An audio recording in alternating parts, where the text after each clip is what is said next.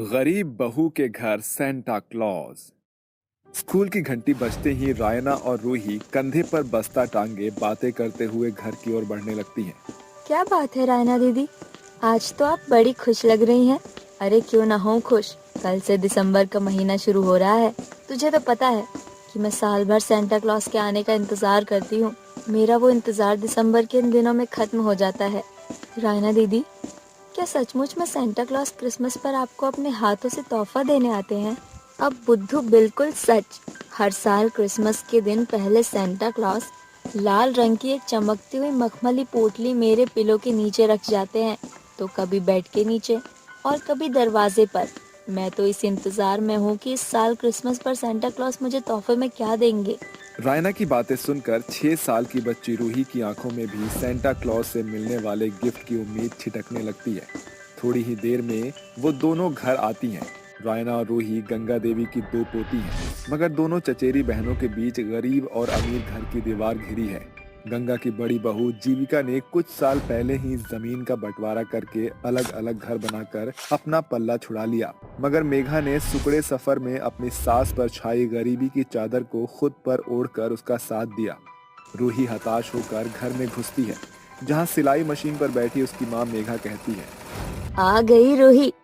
क्या बात है बेटी, तेरी सूरत इतनी बुझी बुझी सी क्यों है? किसी ने कुछ कहा है क्या? माँ, मुझे पता है सेंटा क्लॉज हर साल रायना दीदी को क्रिसमस पर बहुत सारे तोहफे देते हैं, फिर वो कभी मुझे तोहफे क्यों नहीं देते? शायद मैं गरीब हूँ, इसलिए सेंटा क्लॉज मुझे किसी भी क्रिसमस पर कभी गिफ्ट नहीं देते। ऐसा कहते हुए रूही की आंखों में आंसू झिलमिलाने लगते हैं। ये देखकर मेघा अपनी सिलाई मशीन रोककर दिलासा देते हुए कहती है, ऐसा नहीं कहते बेटी, सेंटा क्लॉज कभी अमीर और गरीब में फर्क नहीं करते। तुम पहले बहुत छोटी थी, इसीलिए सेंटा क्लॉज तुम्हें गिफ्ट नहीं देते थे, क्योंकि तुम इन्हें संभाल नहीं सकती थी। मगर अब मेरी रूही सयानी हो गई है, इसीलिए इस साल सेंटा क्लॉज तुम्हें क्रिसमस पर तोहफा देंगे। अपनी माँ की बात सुनकर रूही का मुरझाया हुआ चेहरा खुशी से खिल उठता है। अगली सुबह मेघा अपनी जेठानी जीविका के घर पर खड़ी दरवाजा खटखटाती है। मेघा, तुम मेरे घर? कहो क्या बात है? जेठानी जी, मेरी बेटी बता रही थी कि राहना को हर साल क्रिसमस पर सेंटा क्लॉज तोहफा देते हैं। क्या ये सच है? ये सुनकर जीविका जोरदार ठहाका लगाकर मेघा की गरीबी की हंसी उड़ाते हुए कहती है, मेघा, मुझे मालूम नहीं था कि तुम गरीब बहू के साथ बुद्धू भी हो। अरे सेंटा क्लॉज केवल किताबों और कहानियों में होते हैं, असल जिंदगी का सेंटा सिर्फ पैसा है। इसका मतलब कि सेंटा का दिया हुआ तोहफा रायना तक आप पहुंचाती हैं। हाँ, हर साल क्रिसमस की रात ठीक 12 बजते ही मैं उसके तकिए के नीचे गिफ्ट रखती हूँ। सर्दी की उस रात बिछौने पर गरीब बहू के मन में बार बार एक ही सवाल उफन रहा था। मैंने रूही के मन में उम्मीद की लौ तो जला दी, मगर क्या मैं लाचार माँ उसकी क्रिसमस की विश पूरी कर पाऊंगी? क्योंकि संजीव की सैलरी घर खर्च में पूरा नहीं पड़ता।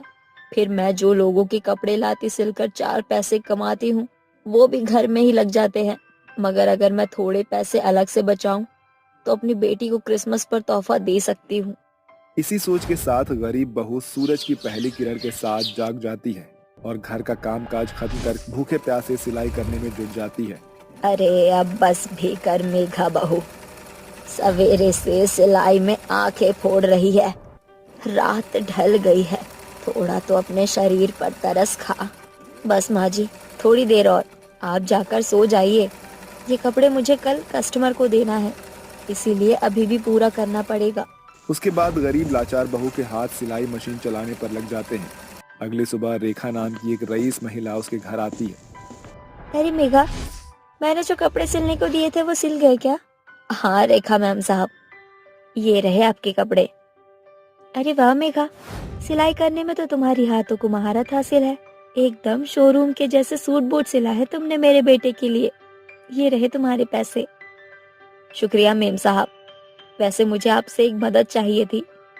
अगर किसी को भी कपड़े सिलवाने हो तो आप उन्हें मुझ गरीब बहू के घर का पता दे दीजिएगा। हाँ हाँ, क्यों नहीं मेघा, इतनी मदद तो मैं तुम्हारी कर ही सकती हूँ। रेखा ने अपने रिहायशी एरिया में गरीब बहू के सिलाई बुनाई के काम की बढ़ चढ़कर तारीफ की, जिसे देखकर अब औरतों ने मेघा को ढेरों कपड़े सिलने के लिए दे दिया। ये देखकर गरीब बहू गहरी सांस भरते हुए बोलती है, भगवान का शुक्र है, अब इस कपड़ों को सिलकर मैं अपनी बेटी के सेंटा की विश पूरी करूंगी। गुजरते दिन के साथ गरीब बहू लगातार मेहनत करती चली जाती है। आखिरकार उसने क्रिसमस के 3 दिन पहले अच्छी खासी रकम जोड़ ली थी। माँ, आपको याद है ना, 25 दिसंबर में सिर्फ 2 दिन बचे हैं। सेंटा मुझे तोहफा देने आएंगे ना? हाँ रूही बेटा, तुम्हें ढेरों तोहफे देंगे। अभी तुम स्कूल जाओ। इसके बाद रूही और रायना स्कूल के खातिर निकल जाती हैं। क्या बात है रूही, आज तू बहुत उछल कूद रही है। हाँ रायना दीदी, 2 दिन बाद क्रिसमस का दिन है। माँ ने कहा है इस साल सेंटा क्लॉज मुझे भी क्रिसमस का तोहफा देने आएंगे। उस रोज जब गरीब बहू पैसे लेकर गिफ्ट खरीदने जा रही थी कि ये गरीब भिखारिन गोदी में बच्चा और आंखों में आंसू लिए मेघा के आगे हाथ पसारते हुए कहती है, मुझ लाचार की मदद करो बहन। मेरी दूधमुही बेटी को जाड़े ने जकड़ लिया है। मुझ भिखारिन के पास एक खोटा सिक्का नहीं है। अगर डॉक्टर को नहीं दिखाया तो मेरी बेटी मर जाएगी। ये सुनकर मेघा का कलेजा कचोट उठता है और वो अपनी मुट्ठी में बंधे पैसे उस भिखारिन को दे देती है। ये लो बहन, जल्दी जाकर अपनी बेटी को डॉक्टर से जांच पड़ताल कराओ। भिखारिन के जाते ही जीविका उसके पास आकर कहती है, वाह रे मेरी दयावान देवरानी, अपनी बेटी के गिफ्ट के पैसे तो तुमने इस भिखारिन के झोले में डाल दिए। अब कहाँ से लाओगी तोहफा? सर्दी की उस रात गरीब बहू सारी रात बिछौने पर करवट बदलती हुई बिहान कर देती है और 24 तारीख की रात ढलते सर्दी के सन्नाटे में दरवाजे से आ रही एक खड़खड़ाहट मेघा के कानों में पड़ते ही वो उठकर दरवाजा खोलती है तो उसकी आंखें झिलमिला उठती है। वो देखती है कि एक चमचमाते हुए रथ पर, जिसके आगे की ओट पर हिरण बंधे थे, उस पर सवार सेंटा क्लॉज लाल रंग के सेंटा की ड्रेस पहने हुए थे। उनके सूरत पर लहरा रही मखमली दाढ़ी उनकी शोभा में 4 चांद लगा रहे थे और चारों ओर चांदनी छिटक रही थी। तभी गरीब बहू के घर के आगे से गुजर रहे सेंटा क्लॉज ने एक लाल रंग की पोटली बहू के दरवाजे पर फेंकते हुए कहा, मैरी क्रिसमस। जैसे ही मेघा वो लाल मखमली पोटली खोलती है, उसमें सैकड़ों सोने के सिक्के चमक रहे थे, जिसे देखकर मेघा की आंखों से खुशी के आंसू बरस पड़ते हैं। अगली सुबह, माँ, क्या कल रात सेंटा क्लॉज क्रिसमस का तोहफा लेकर आए थे? बोलो ना माँ। नहीं रूही बेटी, वो सेंटा क्लॉज बाकी बच्चों को तोहफा बांटने दूसरे गांव गए हैं। तुम अभी स्कूल जाओ, तुम्हारे आने तक सेंटा तोहफा दे जाएंगे। नन्ही रूही आंखों से आस बांधकर स्कूल जाती है और मेघा सेंटा क्लॉज द्वारा दिए गए पोटली से एक सिक्का लेकर उसे सुनार को बेचकर अपनी बेटी की खातिर एक सुंदर सा फ्रॉक और ढेरों चॉकलेट लाकर उसके तकिए और बिछौने के नीचे रख देती है।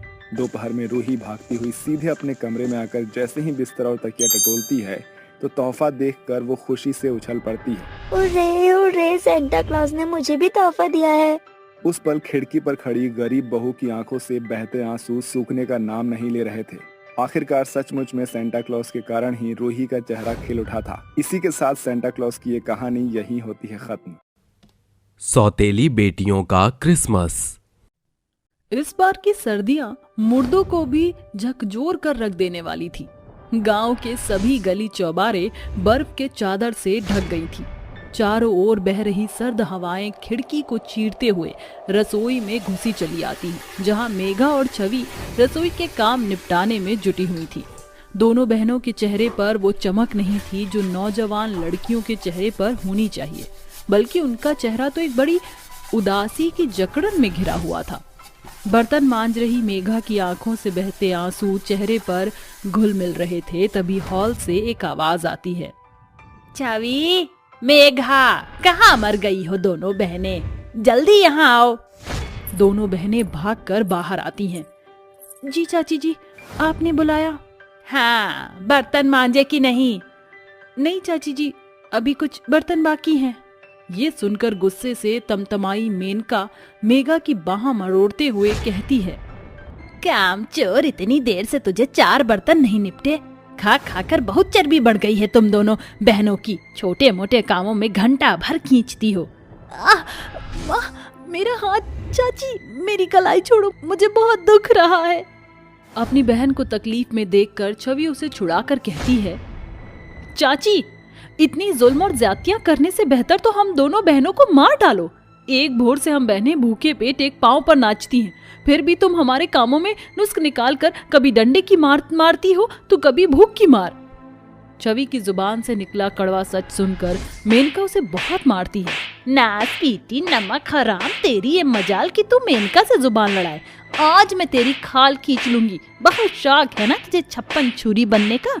आज के मार के बाद तेरी गजभर की जुबान से तुझे चू कसने लायक नहीं छोड़ूंगी। छवि की चीख पूरे घर में गूंज जाती है। मेघा की लाख मिन्नतें करने के बावजूद मेनका उसे कसाई की तरह मारती है। तभी वहां मधुरा आती है, जिसे देखकर मेनका अपने हाथ पीछे खींच लेती है और मर्म शब्द में बोलती है जैसे कुछ हुआ ही ना हो। अरे मधुरा, तू कब आई?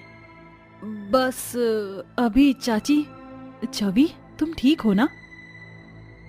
हाँ ठीक है, बस गलती से फर्श पर पाँव फिसल गया था। मेघा बेटी, छवि को कमरे में ले जा। जैसे ही दोनों बहनें मधुरा के साथ कमरे में आती हैं, उनका दुख आंसुओं के सैलाब में उफन पड़ता है। मेघा, छवि चुप हो जाओ, रोना मुसीबत का हल नहीं। जाने भगवान ने हम बहनों की किस्मत में कौन से कलम के स्याह से लिखी थी। बचपन में अनाथ हो गए। हमने हमेशा चाची में माँ को खोजना चाहा, मगर उनका सौतेलापन अब हम बहनों के बर्दाश्त से बाहर है। मेघा, छवि, सगे संबंधी को सारथी समझने से बेहतर अपने घुटने ईश्वर के आगे झुकाओ। कल से दिसंबर का महीना दस्तक देने को है। मैंने सुना है कि अगर क्रिसमस के इन 25 दिनों में सच्चे मन से प्रेम में जो मांगो वो हासिल होता है। तुम अपनी परेशानी एक पेपर पर लिखकर उसे अपने तकिए के नीचे रखकर रोजाना उसे दोहराना। देखना, सेंटा क्लॉज तुम बहन के जीवन को उस कसाई औरत के चंगुल से जरूर छुड़ाएंगे। अरे मधुरा, ये तुम्हारे हाथ में कैसा कार्ड है? ओह, मैं तुम्हें ये बताना भूल गई कि इसी सप्ताह मेरी शादी है। ये लो कार्ड, तुम दोनों जरूर आना, क्योंकि ये मेरी दिली इच्छा है कि मेरी पक्की सहेलियां मेरी शादी में मौजूद हो। मधुरा की शादी की बात सुनकर दोनों बहनों की आंखों में आंसू उमड़ आते हैं। शादी की बहुत बहुत मुबारक हो मधुरा। एक तुम ही तो हो जिससे हम अपना हाल बताते थे। अब हम बहनें बिल्कुल अनाथ हो गई। ऐसा ना कहो छवि, काश कि मेरे बस में होता, मैं तुम्हें इस दलदल से निकाल ले जाती, मगर मैं खुद अपने पैरों पर खड़ी नहीं हूं तो तुम्हारे लिए मदद का हाथ कैसे बढ़ाऊं। मधुरा, तू हमारी छोड़ और अपना घर बसा। समय बीतता है। दोनों बहन रोजाना 4 बजे के पहर जागकर खिड़की से आसमान में निहारती हुई कहती हैं, सेंटा क्लॉज, इस क्रिसमस पर हम बहनों को इस बंधुआई भरे जीवन से बाहर निकालो। बस यही हमारी इच्छा है। इतने के बाद दोनों बहनें घर के कामों में जुट जाती हैं। ऐसे ही दिन बीतते हैं और मधुरा की शादी में एक दिन शेष रह जाता है। उस रात दोनों बहनें सोने से पहले हाथ जोड़कर प्रे करती हैं। प्रिय सेंटा क्लॉज, हम सिर्फ इतना चाहते हैं कि हमारी चाची का मन बदले और हमें इस नौकरों के नाई कामकाज करने से निजात मिले। सेंटा हमारी विश पूरी करेंगे ना? हाँ छवि, क्रिसमस के दिन सेंटा क्लॉज अपने बच्चों को उसका मनचाही मांग जरूर पूरी करते हैं। चलो सोते हैं, कल मधुरा की शादी में जाना है। दोनों अनाथ बहनों को इस बात की खबर नहीं थी कि खिड़की पर खड़ी उनकी चाची ने उनकी सारी बात सुन ली है, जिसके बाद मेनका शातिर मुस्कुराहट के साथ खुद में फुसफुसाती है। अच्छा, तो ये माजरा है। ये अनाथ यतीम बहनें मुझसे पीछा छुड़ाना चाहती हैं। अब तो उन्हें मजा चखाना ही पड़ेगा।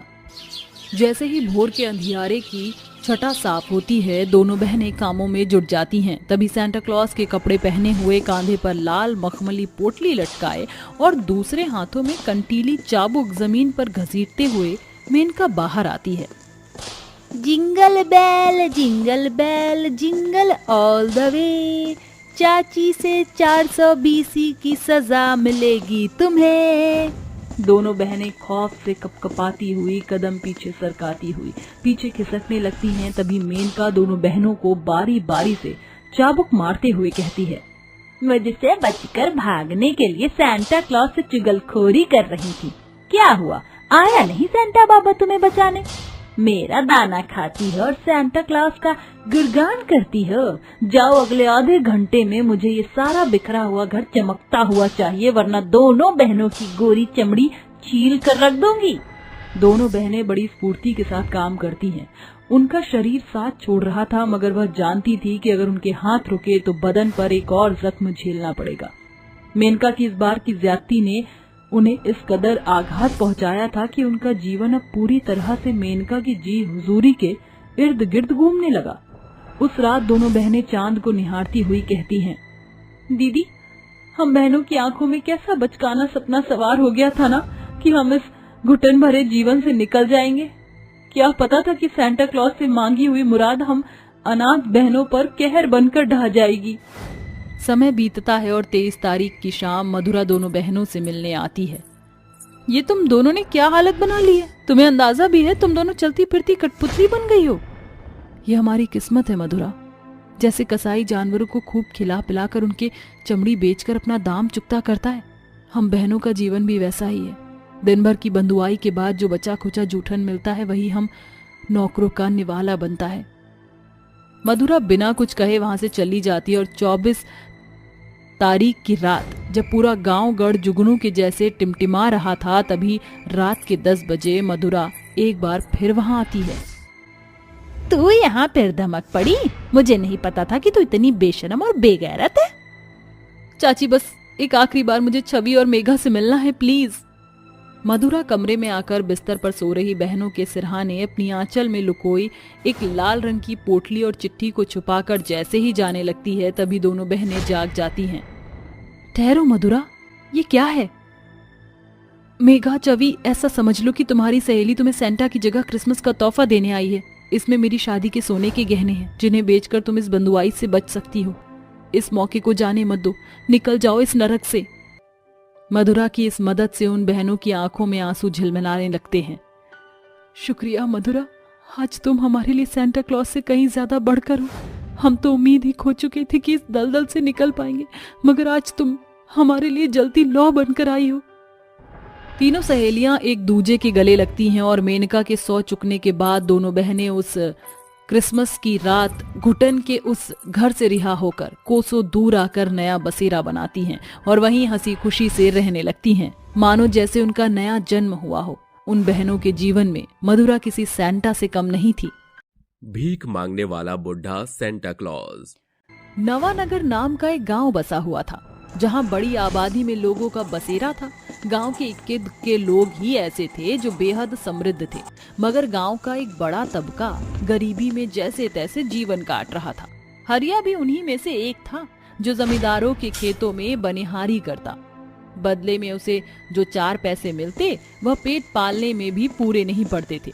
उसके परिवार में 3 जन थे, बेटी गुड़िया और पत्नी सीता। दिसंबर का महीना दस्तक दिए कई दिन बीत चुका था। फिर एक फटेहाल अधेड़ उम्र का बूढ़ा भिखारी जिसका भेष बेहद ही अस्त व्यस्त था, हाथों में टूटी फूटी थाली लिए हुए उस गांव में घुसा चला आता है। कुछ खाने को दे दो, इस बूढ़े भिखारी पर तरस खाओ। अरे कई दिन से पेट में एक दाना भी नहीं पड़ा। भिखारी अपना कटोरा लिए किशोर के सामने खड़ा होकर खाना मांगने लगता है। अरे भाई, मुझ भिखारी पर थोड़ा तरस खाओ, कुछ खाने को दे दो। दिसंबर के महीने में बढ़ाया गया हाथ कभी खाली नहीं रहता था। अगर तुम किसी भूखे का पेट भरोगे तो सेंटा तुम्हें क्रिसमस पर ढेरों तोहफे देगा। ये सुनकर किशोर जोर जोर से हंसते हुए बूढ़े भिखारी की हंसी उड़ाकर बोलता है, अरे ओ 2 कौड़ी के भिखारी, तेरे भेजे में भूसा भरा है क्या? ये संता बनता की बातें केवल बचकानी कहानियों में सुर्खियां बटोरती हैं। असल जिंदगी में इनका कोई मायने नहीं है। ये सच नहीं मेरे भाई, असल जिंदगी में भी सेंटा होते हैं। अरे जिसे देखा नहीं उस पर यकीन कैसे कर ले? सच कहा तुमने, मगर हवा भी तो अंधे की सच्चाई का प्रमाण है। हम हवा को देख नहीं सकते, मगर इसी के किनकों के कारण हम इंसानों की सांसें चल रही हैं। सेंटा भी क्रिसमस का एक भाग है। अब तो मुझ भूखे को कुछ रूखा सूखा खिला दो। आने वाली क्रिसमस को सेंटा तुम्हें इसका तोहफा देगा बेटा। उस बूढ़े भिखारी के बोल ने किशोर को एक पल में सोच में डाल दिया था। बावजूद इसके किशोर भिखारी से अपना पल्ला झाड़ते हुए कहता है, ठीक है, आपने सेंटा को कहो पहले मुझे तोहफा दें, फिर मैं तुम्हें खाना दूंगा। और मेरे पास बेफजूल के पैसे नहीं पड़े जो एक बूढ़े भिखारी को खाना खिलाने में खर्च करूं। आगे बढ़ो बाबा। किशोर बेहद ही मतलबी और मक्कर किस्म का इंसान था। बेचारा बूढ़ा भिखारी आगे बढ़ जाता है। कुछ ही देर के बाद अंधेरा घिराता है, जिसके साथ पूरे गांव में कर्कश कोहरे की चादर घिर जाती है और तेज तेज बर्फीली हवाएं चलने लगती हैं। बूढ़ा भिखारी ठंड से ठिठुरता हुआ धूपन के चौखट पर आ खड़ा होता है। सुनो बेटा, इस बूढ़े भिखारी पर तरस खाओ। कई दिनों का भूखा हूँ और मेरे पास सर्दी से बचने का साधन भी नहीं है। अगर कोई शॉल स्वेटर हो तो दे दो बेटा। देखना, इस साल तुम्हें सेंटा उससे बढ़कर तोहफा देगा। ये सुनकर धूपन की पत्नी मंदा मुंह बनाकर बूढ़े भिखारी से बोलती है, हाँ, क्या कहा? सेंटा हमें तोहफा देगा? अगर सचमुच में सेंटा तोहफे देता ना तो संसार में कोई गरीब नहीं रहता। इसलिए झूठ मूठ की कहानी सुनाना बंद करके आगे बढ़ो। हमारे पास मुफ्त का दाना पानी नहीं जो भिखारियों को खैरात में खाना खिलाते। दुकानदारों को दमड़ी देनी पड़ती है तो जाकर दाना पानी मिलता है। जाओ बूढ़े बाबा, किसी और का किवाड़ खटखटाओ। जैसे ही बूढ़ा भिखारी आगे बढ़ने को कदम बढ़ाता है, धूपन बची हुई रोटी भिखारी की ओर बढ़ाता हुआ कहता है, अरे जरा ठहरो बूढ़े बाबा, तरकारी तो खत्म हो चली है, बस ये आधी रोटी बची है, चाहो तो ले लो। भिखारी हाथ बढ़ाकर धूपन की जूठी रोटी लेकर बोलता है, शुक्रिया बेटा, सेंटा तुम्हारे इस भोजन के भाग के बराबर तुम्हें तोहफा दे। इस तरह बूढ़ा भिखारी बार बार करके सभी के घर जाता है, मगर कोई उसकी उम्मीद पर खरा नहीं उतरता। तभी सर्द लहरों में सीता के चूल्हे पर पक रही रोटियों की सौंधी भीनी खुशबू हवा में घुल मिल जाती है और खुशबू का पीछा करता हुआ बूढ़ा भिखारी हिरन की तरह भागता हुआ हरिया के चौखट पर आ पहुंचता है। सुनो बेटा, इस बूढ़े भिखारी की खातिर कुछ खाने को दे दो, सेंटा तुम्हें तोहफा देगा। गुड़िया और हरिया ने अभी रोटी का एक टुकड़ा ही तोड़ा था कि बूढ़े भिखारी को हाथ पसारता देखकर वह रुक जाते हैं और गुड़िया झट से उस बूढ़े भिखारी का बाँह पकड़े उसे घर में बुलाती है। अरे बूढ़े अंकल, आप तो ठंड से ठिठुर रहे हैं, बाहर जोरों की हवा चल रही है, भीतर आ जाइए। बूढ़ा भिखारी भीतर आकर बैठ जाता है और हरिया अपने हिस्से का खाना उसके आगे परोस देता है। अरे लो बाबा, खाना खाओ। मगर बेटा, ये तो तुम्हारे हिस्से की थाली है, मैं तुम्हारे हक का खाना कैसे खा सकता हूँ बेटा? ऐसे ना कहिए बाबा, ये खाना शायद आपके हिस्से का था, इसलिए तो भगवान ने आपको ये भेजा है। ये सुनकर भूख से चचनते बूढ़े भिखारी की आंखों से आंसू छलक जाते हैं और वह सारा खाना खा जाता है। मैं तो सारा खाना खा गया, तुमने मुझे रोका भी नहीं, अब मुझे चलना चाहिए। बाबा, बाहर ठंड ज्यादा है, आज आप यहीं ठहर जाइए। सीता, हरिया और गुड़िया बूढ़े भिखारी की बढ़ चढ़ कर आओ भगत करते हैं और सवेरे उसे शॉल, स्वेटर और कुछ पैसे देकर विदा करते हैं। तुमने मेरी बहुत सेवा की, सेंटा तुम्हें इसका पूरा प्रतिफल देगा। भले वह भिखारी गांव में अस्त व्यस्त भेष में आया था, मगर हरिया के परिवार ने अपनी जनपूंजी झोंककर उसकी दशा ही बदल दी थी। देखते ही देखते क्रिसमस का दिन बेहद करीब आ गया, जिसे देखकर सीता दुखी मन से कहती है, सुनो जी, कल क्रिसमस है। गुड़िया को क्रिसमस पर फ्रॉक दिलाने के लिए हमने जो जमा पूंजी जोड़ी थी, वह सारी तो हमने उस दिन बूढ़े बाबा को दे दी। अब क्या होगा? मैं भी इसी सोच में डूबा हूँ सीता। गुड़िया के मन में इस साल क्रिसमस पर चॉकलेट और केक खाने की जिद है, लेकिन बिन पैसे के वो कैसे उसकी इच्छा पूरी होगी। अपने माता पिता की बातें सुनकर गरीब गुड़िया बड़े मन से कहती है, माँ, बाबूजी, आप चिंता मत कीजिए। आपको याद है उस बूढ़े बाबा ने कहा था कि सेंटा हमें तोहफा देने जरूर आएंगे। गरीब गुड़िया की आंखों में बंधे क्रिसमस सेंटा क्लॉज से तोहफे मिलने की ललक देखकर सीता और हरिया की आंखों में उमड़ते घूमते आंसू चमक उठते हैं। जैसे जैसे रात ढलती है, गुड़िया की आंखों में सेंटा से मिलने वाले तोहफे की छवि गहराई से उभरने लगती है। वह बच्ची एक टक खिड़की से आसमान की ओर निहारती हुई सो जाती है। तभी रात के 12 बजे ही सेंटा क्लॉस रथ पर सवार हुए चिटकती हुई चांदनी में चमकते जुगनू के जैसे ठिलाते हुए तोहफों से भरी हुई लाल रंग की पोटली हरिया के घर के आगे गिराकर आगे बढ़ता है। जहां वह कुछ घरों के सामने लाल रंग की पोटली रखता है तो कुछ घर की चौखट एकदम उदास छोड़ जाता है और जैसे आसमान की ओर बढ़ते हुए बड़ी गर्दिश के साथ पूरे गांव को जगाता है। Merry Christmas! हो हो हो! हो हो!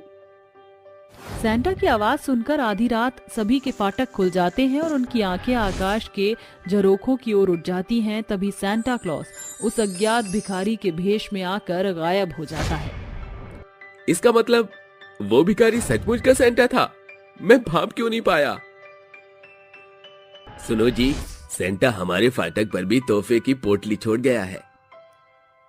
अचानक गुड़िया की नजर नीचे रखे लाल रंग की 3 बड़ी मखमली पोटली पर पड़ती है, जिसे देख गरीब गुड़िया की आंखें झिलमिला उठती हैं। बाबूजी, ये देखो हमारे द्वार पर भी सेंटा क्लॉस ने तोहफों से भरी पोटली रखी है। जैसे ही हरिया एक पोटली को खोलता है तो उसमें सोने के सिक्कों की ढेर लगी थी और दूसरी पोटली ढेरों चॉकलेट से चमचमा रही थी और तीसरी पोटली में एक छोटी सी क्रिसमस ट्री रंग बिरंगे लड़ी से जगमगा रही थी। बाबूजी, इस साल हम भी क्रिसमस की खुशियाँ खरीद पाएंगे। हम सब मिलकर क्रिसमस मनाएंगे। सेंटा क्लॉस से मिला तोहफा हरिया और उसके परिवार के हाथों का प्रतिफल ही था, जो आज उसका बरसों पुराना फीका घर रंगों में झिलमिला रहा था। साथ ही उसने सेंटा क्लॉस द्वारा दिए सोने के सिक्कों से गांव के गरीबों के दिन को भी खुशियों से भर दिया। क्रिसमस की उस रात गरीबों का गांव जैसे ही उठा था, क्या बच्चे क्या बड़े, सभी के चेहरे पर क्रिसमस की खुशी हंसते हुए मुस्कान में खिल रही थी। सेंटा क्लॉस की इस कहानी से हमें ये सीख मिलती है कि केवल लेने वाले नहीं, बल्कि हमें भी हरिया और उसके परिवार की तरह देने वाला बनना चाहिए। उस बेचारी बहू का शरीर तेज बुखार से धधक रहा था कि सास संतोषी कमरे में दस्तक देते हुए बोलती है, अरे ओ बांझ बला, सवेरे के 7 बजने को है और तू अब तक पलंग तोड़ रही है। अरे मेरी चाय का तेरा बाप बना कर देगा। माँ जी, मुझे तेज बुखार है, सवेरे से सर भी घूम रहा है, शायद बुखार के मारे शरीर का बल चला गया। आहा, बंद करिए झूठी बीमारी का बहाना। चुपचाप से बिछावन से उठकर रसोई घर का रुख कर ले, वरना मार मार कर तेरा सारा बुखार उतार दूंगी। जब से तुझ कुलक्षणी के कदम मेरे घर में गड़े हैं, मेरे घर की समृद्धि छिन्न भिन्न हो गई है। जाने कैसी बहू से ब्याह कर दिया मैंने अपने बेटे का। 2 बरस हो चले हैं, बावजूद उसके तेरी कोख बंजर पड़ी है। सास के कटु कड़वे बोल सुनकर इंदु माँ लक्ष्मी की प्रतिमा के आगे फूट फूट कर रोते हुए कहती है, हे माँ लक्ष्मी, मेरे माथे पर लगे बांझपन के कलंक को मिटा दो माँ। मुझे बेबस बहू की उसर बंजर कोख को भर दो माँ। एकाएक माँ लक्ष्मी की प्रतिमा से एक प्रकाश उस गरीब बांझ की बहू के गर्भ में समा जाती है। तकरीबन 3 माह बाद पेट के उभार से इंदु को इस बात का पुख्ता प्रमाण मिलता है कि वह गर्भवती है। जैसे जैसे बहू के गर्भ के महीने बढ़ते चले जाते हैं, वैसे वैसे संतोषी के घर में घनघोर गरीबी छाने लगती है। ऐसे में इंदु को भुखमरी की मार झेलनी पड़ती है। तकरीबन 9 माह के बाद इंदु एक काली बेटी को जन्म देती है। ताज्जुब की बात यह थी कि उस जन्मजात बच्ची के बाल बेहद लंबे और सुनहरे थे, जिसे देखकर सास बहू बेहद स्तब्ध हो जाती है। अरे इंदु, ये तेरी बेटी के बाल हैं कि बला? हरे जन्मजात बच्चों का सर तो सफाचट होता है, मगर तेरी दुधमही बेटी के सर पर सुनहरे बालों की खेती लहला रही है। कुछ समझ में नहीं आ रहा। सर से पांव तक तो काली स्याह है, मगर बाल सुनहरे कैसे? माँ जी, समझ में तो मेरे भी नहीं आ रहा कि मेरी बच्ची के बाल सुनहरे कैसे हो सकते हैं। दोनों सास बहू ऐसा सोच ही रही थी कि तभी धन की देवी महालक्ष्मी उनके बीच में प्रकट होकर इंदु को उसकी काली बेटी के सुनहरे बालों से जुड़े जादू के बारे में बताती हैं। इंदु, तुम्हारी बेटी कोई साधारण इंसान नहीं बल्कि दैविक है। इसके काले रूप और सुनहरे बालों की बेहद खास वजह है। तुम मेरी परम भक्त हो। मैंने तुम्हारे गर्भ के कठिन कष्टों से भरकर तुम्हें थाहा, जिससे कि तुम दाने दाने को मोहताज हो गई। बावजूद इसके तुमने मुझ पर कोई दोष ना लगाया। मेरे प्रति तुम्हारी अथाह भक्ति भाव देखकर मैंने तुम्हारे गर्भ के फल में अपनी सूक्ष्म दैवीय शक्ति समाहित कर दी, जिसके फलस्वरूप तुम्हारी बेटी के बाल सोने में बदल गए। मगर माँ लक्ष्मी, मेरी बेटी का काला रंग रूप क्यों? इंदु, आज का संसार लाखों लोभी लोभियों और ठगियों से भरपूर है। जब तुम्हारे द्वार पर कोई भी मदद की मांग से गुहार लगाएगा और अगर सचमुच वह दिन दुखियारा होगा तो तुम्हारी काली बेटी के सोने के बाल उसकी सहायता करेंगे और इसका यह सांवला अक्ष कभी भी इसकी आंखों और भौएं को घमंड से नहीं चढ़ने देगा। साथ ही तुम्हारी जादुई सोने के बालों वाली काली बेटी तुम्हारे अपने घर की दरिद्रता को भी दूर करेगी। इंदु को उसकी काली बेटी के जादुई सोने के बाल के बारे में बताकर माँ लक्ष्मी अंतर्ध्यान हो जाती है, जिसके बाद संतोषी बोलती है, बहू तेरी इस काली बेटी के सुनहरे बाल सच में जादुई हैं भी या नहीं, ये जानने के लिए हमें इससे कुछ मांगना तो चाहिए। अरे ओ मेरी बहू की काली बेटी, इसी पलचिन हमारे घर की दरिद्रता को अपने जादुई सुनहरे बालों से दूर कर दे। संतोषी के इतना कहते ही जादुई बालों वाली बच्ची के सुनहरे बाल खरे सोने के समान चमकते दमकते हुए जमीन पर लहराते हुए उसे सोने के बाल देते हैं, जिसे देखकर सास का चेहरा खुशी से खिल उठता है। अरे वाह बहू, तेरी काली बेटी के सुनहरे बाल तो सोने का अंडा देने वाली मुर्गी जैसा है। मैं इन सोने के बाल का सुनार से सौदा करके खाने पीने का सामान लाती। संतोषी अपनी बहू की काली बेटी से मिले सुनहरे बालों का सुनार के हाथों सौदा करके मिले पैसे से घर में राशन की बोरियां भर देती है। उस बच्ची के सुनहरे बालों के बदौलत उनके घर की तमाम आर्थिक तंगी दूर हो चुकी थी। मगर 2 बरस बाद इंदु पुनः गर्भवती होकर एक और काली बेटी को जन्म देती है। हैरत अंगेज की बात यह थी कि उस बच्ची के बाल भी बेहद लंबे और सुनहरे थे। हे माँ लक्ष्मी, ये मेरी दूसरी बेटी की शक्ल और बाल एकदम बड़ी बेटी की तरह सुनहरे हैं। इंदु ऐसा सोच ही रही थी कि माँ लक्ष्मी पुनः प्रकट होती हैं। इंदु चकित ना हो, अपनी इस सुनहरे बालों वाली बेटी को भी मेरा ही अंश समझो। तुम्हारी इस बेटी के सुनहरे बाल भी बहुतेरे गरीबों की मदद करने को अस्तित्व में आए हैं। इंदु अपनी दोनों काली बेटियों के सुनहरे बालों को देखते हुए उन्हें सुनहरी और स्वरा नाम देती हैं। देखते ही देखते 5 बरस बीत जाते हैं। दोनों काली बहनों के सुनहरे केश भी और ज्यादा बढ़ चुके थे। एक दिन एक गरीब दुखियारिन उनके द्वार पर दस्तक देती है। अरे कोई है इस घर में रहने वाला, बड़े दिल वाला, मुझ गरीब भूखी को कुछ खाने को दे दो। पिछले 10 दिनों से एक दाना भी पेट में नहीं पड़ा है। यह सुनकर दोनों बहनें अपने अपने सुनहरे बालों को बढ़ाकर बोलती हैं। देख क्या रही हो काकी, हम दोनों बहनों के सुनहरे बालों से जितनी आपको जरूरत हो बेझिझक ले लो। सुनहरे बाल, ये कैसी बला है भला, आज तक मेरी आंखों ने ऐसा अद्भुत दृश्य नहीं देखा। दोनों बहनें उस गरीब बुढ़िया को अपने बाल दे देती हैं, जिसके बाद बुढ़िया उनका शुक्रिया अदा करके जाते हुए कहती है, तुम दोनों बहनों का बहुत शुक्रिया। आज के दौर में तो इंसान अपनी जूठन भी देने से दूर भागने लगा है, मगर तुम दोनों बहनों ने अपने सर की शोभा मुझे सौंप दी। सचमुच भले तुम्हारा चेहरा शामिल है, मगर तुम्हारा मन हिम के समान श्वेत और बेदाग है। यह कहकर वह बुढ़िया वहाँ से चली जाती है। धीरे धीरे संतोष की बहू की काली बेटियों के सुनहरे बालों का बोलबाला हवा की तरह सन्ना उठता है, जिसके बाद हर एक दिन गरीब उनके द्वार पर आकर खड़े होते। दोनों अपने अपने सुनहरे बालों से दुखी और खेदित मन वालों की मदद किया करती थीं। इस बात की भनक दूसरे गांव में रहने वाले बैजू को लगती है। अपने स्वार्थ को साधने के लिए वह बाबा का भेष धरे उनके घर आता है। भिक्षाम देही, भिक्षाम देही। आवाज सुनकर दोनों सास बहू बाहर आती हैं। प्रणाम बाबा। जुग जुग जियो माते, बड़ी दूर डगर से आया हूँ, बाबा बैजूनाथ को दान दो। अरे स्वरा सुनहरी, जल्दी बाहर आओ। क्या हुआ दादी, आपने बुलाया? देखो ये बाबा बैजूनाथ हैं, उन्हें अपने सुनहरे बालों का दान दो। क्या पता इसी बहाने बाबा खुश होकर तुम्हारे चेहरे की काली कुरूपता की काया पलट कर दे। जरूर दादी, ऐ हमारे जादुई सुनहरे बाल, बाबा का मन देखकर उनकी मदद करो।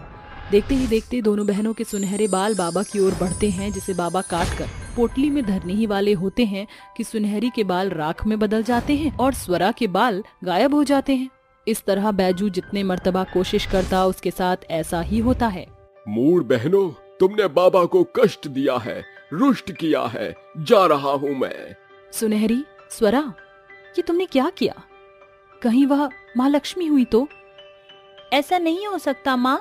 इसी के साथ सुनहरी और स्वरा माँ लक्ष्मी और अलक्ष्मी के रूप में बदल जाती हैं। हाँ माँ लक्ष्मी आप, मगर ये आपके साथ कौन है? इंदु, ये तो सभी जानते हैं कि माँ लक्ष्मी धन धान्य की देवी है, मगर बहुत कम लोगों को ये पता है कि अलक्ष्मी जो कि दरिद्रता की देवी है, वह मेरी ही बड़ी बहन, तुम्हारी दोनों बेटियों में वही शक्ति विद्यमान है। तुम्हारी बेटी सुनहरी लोभियों के घर को दरिद्रता से भरेगी, वहीं स्वरा दुखियारों के घर से दरिद्रता को दूर करेगी। मगर स्मरण रहे, इनके संग एक समान व्यवहार रखना, वरना इन दोनों के सुनहरे बाल एक साथ छीन जाएंगे। ये कहकर माँ लक्ष्मी और अलक्ष्मी सुनहरे बालों वाली बेटी में बदल जाती हैं और आगे भी अपने सुनहरे बालों से लोगों की सहायता करती थी। मीरा की शादी विकल्प से हुई थी और वो अपनी पहली रसोई का खाना बनाकर कहती है, मम्मी जी, पापा जी, खाना खाकर बताइए ना, मैंने गाजर का हलवा और चिकन फ्राई बनाया है। वो क्या है ना, मुझे बहुत दिनों से खाने का मन कर रहा था, इसलिए बना दिया।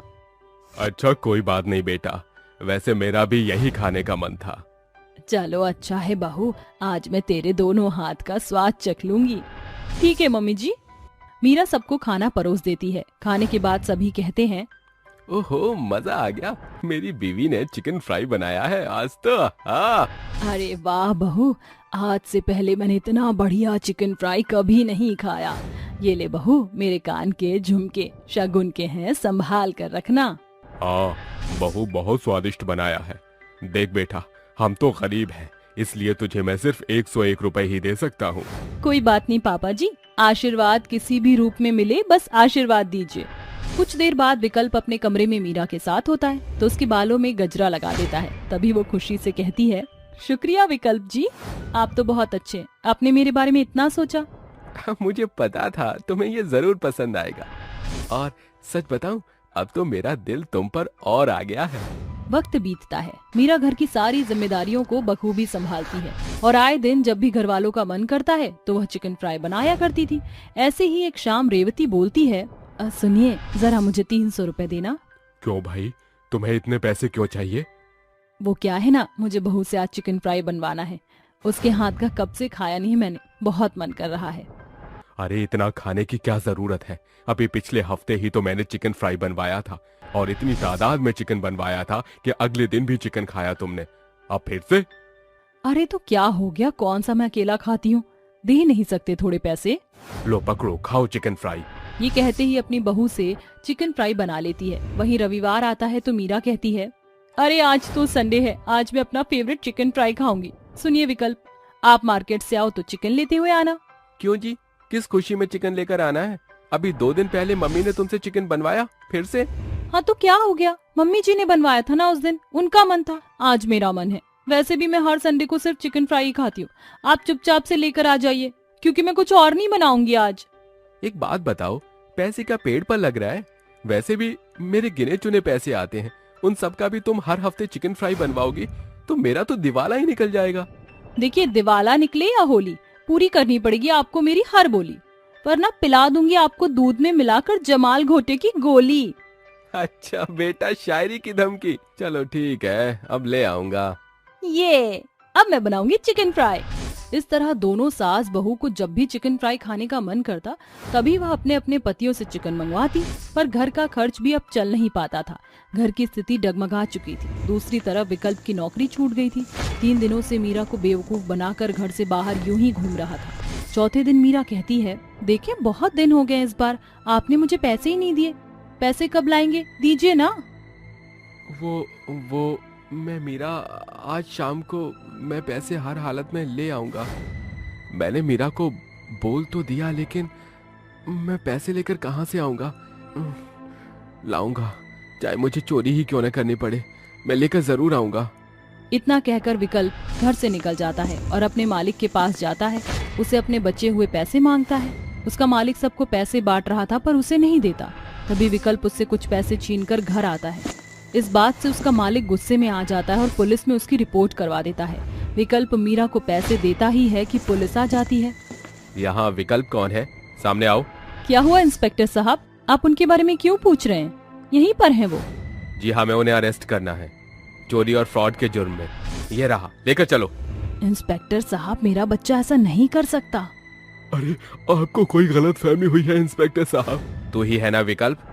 जी मैं ही हूँ, पर ये सब झूठे इल्जाम हैं। बस मैंने उनसे अपना पैसा लिया था, मैंने कोई फ्रॉड नहीं किया। सभी चोर ऐसे बोलते हैं, चल वरना तुझे थाने में घसीटूंगा। विकल्प आप परेशान मत होइए, मैं ये सारे झूठे इल्जाम आपसे हटवा कर ही रहूंगी। तभी पुलिस उसे ले जाती है। विकल्प जेल में पड़ा था, वहीं घर की हालत तंगी हो गई थी। भानु प्रताप का काम भी ठप हो गया था। अब घर में कंगाली छा गई थी। क्या अब सास बहू मिलकर घर का खर्च चला पाएंगे? क्या विकल्प जेल से छूट पाएगा? आखिर घर की ऐसी परिस्थिति में दोनों कौन सा कदम उठाने वाले थे? जानने के लिए कहानी के अंतिम पड़ाव पर चलते हैं। शाम को तभी मीरा कहती है, माँ जी, हमारे घर का खर्च कैसे चलेगा? पापा जी का काम भी नहीं बचा और विकल्प भी जेल में है।